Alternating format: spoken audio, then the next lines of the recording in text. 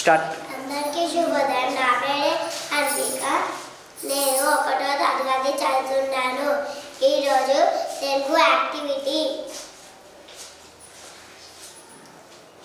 నా పేరు మహాశ్రీ. నేను